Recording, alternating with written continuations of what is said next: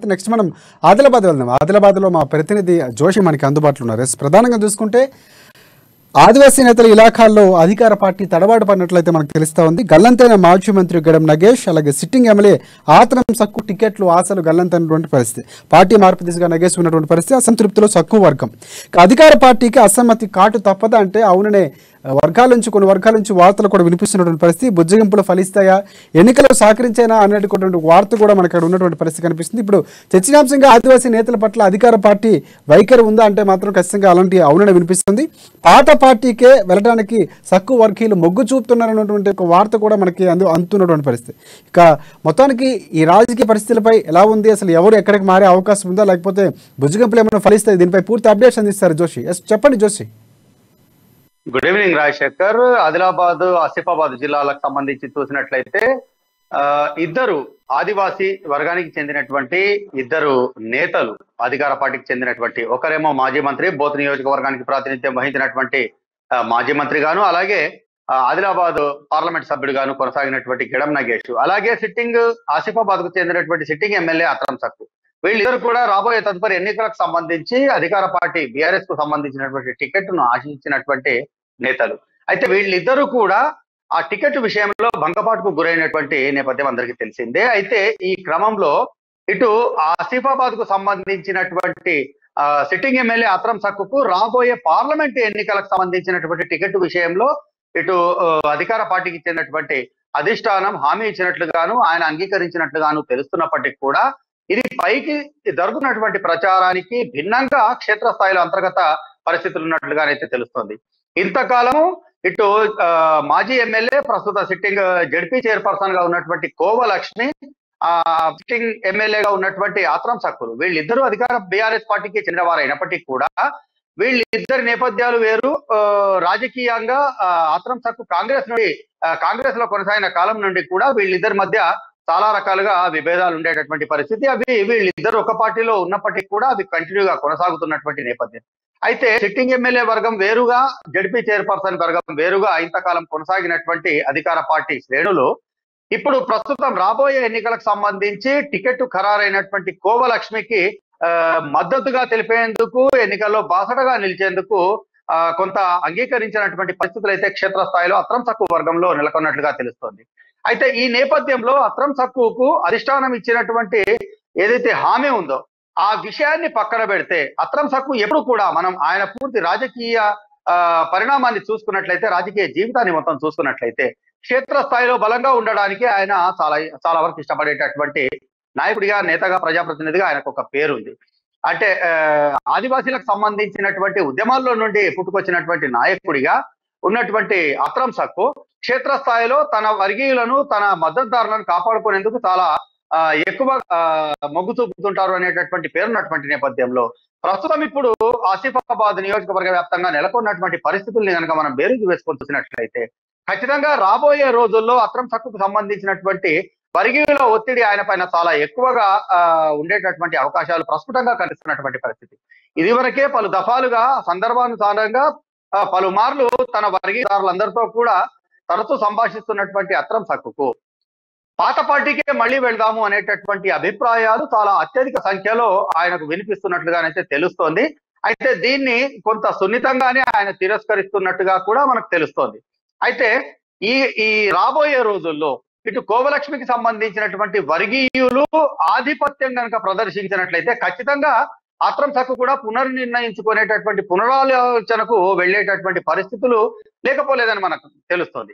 ఇక మరోవైపు బోత్ నియోజకవర్గానికి సంబంధించినటువంటి పరిస్థితిని చూసినట్లయితే ఇప్పటికే టికెట్ ఆశించి భంగపడినటువంటి సీనియర్ నేతగా ఉన్నటువంటి మాజీ మంత్రి, మాజీ ఎంపీ గడం నగేష్ కు సంబంధించి నియోజకవర్గ వ్యాప్తంగానే కాదు, జిల్లా వ్యాప్తంగా కూడా చెప్పుకోదగ్గ స్థాయిలో అనుచరులు, అభిమానగణం ఉన్నటువంటి నాయకుడిగా పేరుంది ఆయనకు. అయితే ప్రస్తుత పరిస్థితుల్లో ఆయనకు టికెట్ దక్కనటువంటి నేపథ్యంలో మరోవైపు ఎంపీ విషయానికి సంబంధించి కూడా ఆయనతో అధిష్టానం ఎటువంటి సంప్రదింపులు, చర్చలు జరపనటువంటి నేపథ్యంలో ఆయన పార్టీ మార్పు దిశగా అడుగులేస్తున్నట్లుగానైతే తెలుస్తోంది. అయితే ఇటు ఆసిఫాబాద్, ఇటు బోత్, ఈ రెండు నియోజకవర్గాలు కూడా ఆదివాసీలకు సంబంధించినటువంటి ఓటర్లు అత్యధికంగా ఉన్నటువంటి నియోజకవర్గాలు కావడం అనేటటువంటిది ఇక్కడ మనకు యాదృచ్ఛికమే కావచ్చు. కానీ ఉమ్మడి జిల్లా వ్యాప్తంగానే కాకుండా అన్ని నియోజకవర్గాల్లో ఇటు పార్లమెంట్ నియోజకవర్గ పరిధికి సంబంధించి ఆదివాసీ ఓటర్ల సంఖ్య అత్యధికంగా లక్షల్లో ఉన్నటువంటి నేపథ్యంలో ఈ యొక్క ప్రభావం అంటే తమ వర్గానికి చెందినటువంటి ఇద్దరు నాయకుల్ని కూడా టికెట్ల విషయంలో పక్కన పెట్టింది బీఆర్ఎస్ అనేటటువంటి ఒక రకమైనటువంటి అభిప్రాయంతో ఆదివాసీలందరూ కూడా రగిలిపోతున్నట్లు తెలుస్తుంది. ఏ ఒక్క నలుగురు ఆదివాసీలు కలిసినా కూడా ఈ అంశం పైన ప్రధానంగా చర్చించుకుంటున్నట్లుగానైతే మనకు స్పష్టంగా తెలుస్తుంది. అయితే రాబోయే రోజుల్లో గనుక ఈ విషయం ఆదివాసీ సమాజంలో మరింతగా చర్చనీయాంశంగా తీవ్ర చర్చనీయాంశంగా మారినట్లయితే మాత్రం ఖచ్చితంగా రాబోయే ఎన్నికల్లో అధికార బీఆర్ఎస్ పార్టీకి సంబంధించినటువంటి అందరు అభ్యర్థుల పైన ఈ యొక్క ప్రభావం పడే అవకాశాలు లేకపోలేదని తెలుస్తుంది. ఒకవేళ అదే కంటే మాత్రం ఖచ్చితంగా అధికార బీఆర్ఎస్ పార్టీ ఈ ఇద్దరు ఆదివాసీ నాయకులకు టికెట్లు నిరాకరించినందుకు ఖచ్చితంగా భారీ మూల్యం చెల్లించుకునేటటువంటి పరిస్థితులు కూడా లేకపోలేదు. అయితే ఈ నేపథ్యంలో చూసినట్లయితే బలమైన ఇద్దరు ఆదివాసీ నేతలుగా ఉన్నటువంటి ఈ వీళ్ళిద్దరు కూడా ఒకవేళ పార్టీ మార్పు దిశగా గనుక అడుగులు వేస్తే మాత్రం దీని ప్రభావం చాలా వరకు అత్యధికంగా ఉండేటటువంటి అవకాశాలు మాత్రం కనిపిస్తున్నాయి.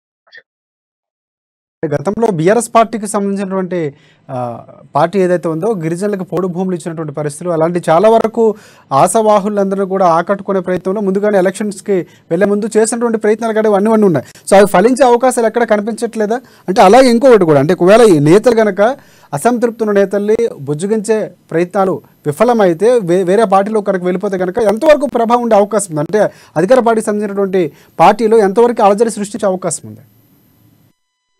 అయితే ఈ విషయంలో ఈ ఇద్దరు ఆదివాసీ బలమైనటువంటి నేతలకు సంబంధించినటువంటి విషయంలో అంటే నష్ట నివారణ చర్యలు ఏదైతే అధిష్టానానికి సూచనలు అందడం జరిగిందో ఈ విధమైనటువంటి నష్టం జరిగిన పరిస్థితులకు సంబంధించి నష్ట నివారణ చర్యలు తీసుకునడం జరిగినట్లుగాను అలాగే ఈ ఇద్దరు నేతలతో కూడా అధికార పార్టీకి చెందినటువంటి ఒక స్థాయికి చెందినటువంటి బలమైనటువంటి నాయకులు సంప్రదింపులు పలు దఫాలుగా ఇదివరకే జరిపినట్లుగా కూడా మనకు సమాచారం తెలుస్తుంది. అయితే ఆ సంప్రదింపులు ఆ బుజ్జగింపులకు సంబంధించినటువంటి చర్చలు ఏవి కూడా ఇంతవరకు ప్రయోజనం కలిగించినటువంటి దిశగానే వెళ్తున్నట్లుగా తెలుస్తుంది. అంటే అప్పుడే చర్చలు ముగినప్పటికీ ఇంకా రాబోయే రోజుల్లో కూడా వీళ్ళను బుజ్జగింపుకు సంబంధించినటువంటి చర్చలు యంత్రాంగం నడిపేటటువంటి పరిస్థితులు కూడా అధికార పార్టీలో ఉన్నప్పటికీ కూడా వీళ్ళు మనకి ప్రధానంగా మీరు అన్నట్లు ఈ క్యాల్కులేషన్స్ అన్ని ఉంటున్నాయి. ఇటువైపు బీఆర్ఎస్ టికెట్లు ప్రకటించిన తర్వాత మిగతా పార్టీలో కూడా జోష్ కనిపిస్తూ ఉంది. కాంగ్రెస్ పార్టీ కూడా ఈరోజు ప్రకటించే అవకాశం ఉంది. దానికి సంబంధించినటువంటి పిఎస్సీ మీటింగ్ కూడా అవుతున్నటువంటి పరిస్థితి. సో ఈ నేపథ్యంలో ఒకవేళ సరైనటువంటి సమయం 2-3 రోజుల్లోనే వాళ్ళు నిర్ణయం తీసుకునే అవకాశం ఉంది. కాబట్టి గతంలో కేసీఆర్ కూడా చెప్పారు అంటే ఎమ్మెల్యే టికెట్లు రాకపోతే కనుక ఇది ఒకటే కాదు చాలా పదవులు ఉన్నాయి, వారు ఆశించినటువంటి స్థాయిలో వారిని సంతృప్తి పరుస్తామని ఒక భరోసా ఇచ్చినటువంటి పరిస్థితి కూడా కనిపిస్తుంది. ఒకవేళ వారికి అలాంటి భరోసా ఏమైనా కల్పిస్తే వీరు ఆదివాసీలకు వచ్చి బహిరంగంగా చెప్తే సో అది అనుకూలంగా ఉండే అవకాశం ఉందంటారా? వాస్తవ పరిస్థితుల్ని మనం ఒకసారి పరిశీలించినట్లయితే రాజశేఖర్ ఆదిలాబాద్ ఉమ్మడి జిల్లాకు చెందినటువంటి ఆదివాసీ కూడా అధికార పార్టీ పైన లేనట్టుగా తెలుస్తోంది. ఇది వరకు పలు మార్లు వాళ్ళ ఆందోళనలో బహిరంగంగా వాళ్ళు చేసినటువంటి వ్యాఖ్యల ద్వారా తెలుస్తోంది. అంటే పోడు భూములకు పట్టాలు ఇచ్చేటటువంటి విషయంలో కూడా తమను మోసం చేసింది అనేటటువంటి భావనలోనే అత్యధిక శాతం ఆదివాసీలు ఉన్నటువంటి పరిస్థితులు. అలాగే ఇది కేవలం తమ పోరాటం మాత్రమే దిగొచ్చి సర్కారు ఇచ్చింది అనేటటువంటి అభిప్రాయం లేకపోలేదు. ఈ నేపథ్యంలో ఆదివాసీలకు సంబంధించినటువంటి అభిప్రాయాల్ని మార్చగలిగేటటువంటి శక్తి కేవలం ఆదివాసీ మాత్రమే ఉంటుందనేటటువంటిది వాళ్ళు కుల సంప్రదాయాలకు కట్టుబడినటువంటి విలువల్ని బట్టి మనం ఇక్కడ అర్థాల్సినటువంటి పరిస్థితి ఉంది. ఇక ఇంకోట్లయితే కేవలం ఎమ్మెల్యే సీట్లు మాత్రమే కాదు చాలా పదవులు ఉంటాయి అనేటటువంటి అధికార బీఆర్ఎస్ పార్టీకి చెందినటువంటి పెద్దల వ్యాఖ్యలు తరచు చూసినట్లయితే ఇవన్నీ కూడా కేవలం ఏదైనా పార్టీ అధికార పగ్గాలు చేపట్టినప్పుడు మాత్రమే సాధ్యం. ఉమ్మడి ఆదిలాబాద్ జిల్లా వ్యాప్తంగానే కాకుండా రాష్ట్ర వ్యాప్తంగా ఉన్నటువంటి పరిస్థితులు చూసినట్లయితే కాంగ్రెస్ కూడా పొందుకున్నటువంటి పరిస్థితి, కొంత స్థాయిలో బీజేపీ కూడా పొందుకున్నటువంటి పరిస్థితి. ఇప్పుడు ఉన్నటువంటి పరిస్థితుల్లో కనుక ఏ పార్టీ అంటే అధికార పార్టీ మళ్ళీ తాము అధికారం చేపట్టడం ఖాయం అనేటటువంటి మేకపోతు గాంభీర్యాన్ని బయటకు ప్రదర్శిస్తున్నప్పటికీ కూడా వాళ్ళకు సంబంధించినటువంటి ప్రతిచర్యలను చూసినట్టు కూడా అపరక్షణ ధోరణిలో ఉన్నట్లుగా తెలుస్తోంది.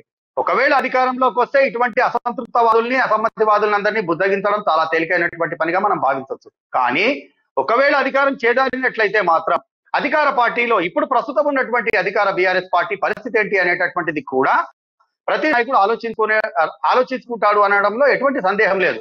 రాజకీయ నాయకులు ఎవరైనప్పటికీ, ఏ పార్టీ వాళ్ళైనప్పటికీ కూడా తమ గెలుపు అనేటటువంటిది ముఖ్యంగా భావించేటటువంటి పరిస్థితులు బహిరంగ రహస్యమే. ఈ నేపథ్యంలో అధికార పార్టీలో ఉన్నటువంటి నాయకులు ఆలోచనలు కూడా దీనికి అతీతంగా ఉంటాయని మనం అనుకోవడానికి వీల్లేదు. ఇప్పుడు అధికారంలో ఉండొచ్చు, రేపు ఉండొచ్చు, ఉండకపోవచ్చు. ఆ కోణంలో ఆలోచిస్తే తమకు టికెట్ ఇచ్చినటువంటి నెత్తిన పెట్టుకునేటటువంటి సాంప్రదాయం రాజకీయాల్లో మనం చూస్తూ ఉంటాం. ఇదే కోణంలో ఆలోచించినట్లయితే గనక అధికార పార్టీ ఎటువంటి బుజ్జగింపులకు పాల్పడ్డా కూడా వాటికి వీళ్ళు మెచ్చబడతారా అనేటటువంటిది చాలా అంటే సమాధానం లేనటువంటి ప్రశ్నగానే మనకు కనిపిస్తుంది రాజశేఖర్.